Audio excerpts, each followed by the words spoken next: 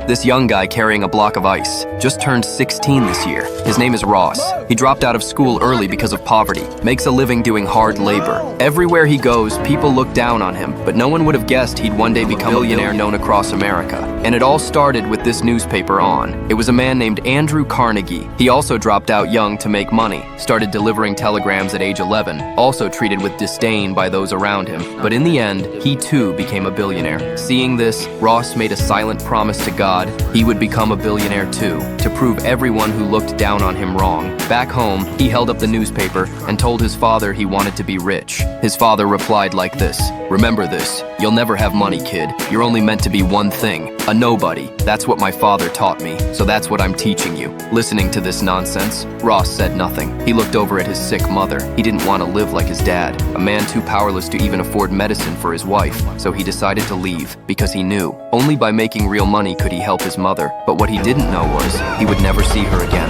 He couldn't afford a train ticket, so he climbed onto a moving train. By the time he woke up, he was in Texas and jumped off before it reached the next station. He was lost, didn't know where to go, so he followed a couple of strangers and ended up in a small town. Right then, a farm owner was hiring workers to feed himself. Ross pushed to the front, eagerly trying to get the job, but the owner wanted strong workers. So Ross picked up a heavy guy nearby to prove his strength. It made the owner laugh. Impressed by his spirit, he gave Ross a chance. At the farm, Ross met someone who'd become his lifelong friend, another struggling teen named Owen. Owen came from a once wealthy farming family. He had to work for others just to get by. His dream was to rebuild his family farm and become the biggest landowner in Texas. Two lost, roughly treated young souls formed a bond, pushing each other forward. That night, as workers gathered to play cards, Ross sat quietly, thinking. He realized if he only worked for wages, he'd never be rich. He'd end up like the rest of them, chasing meals, not dreams. So he went to the farm owner and asked straight up,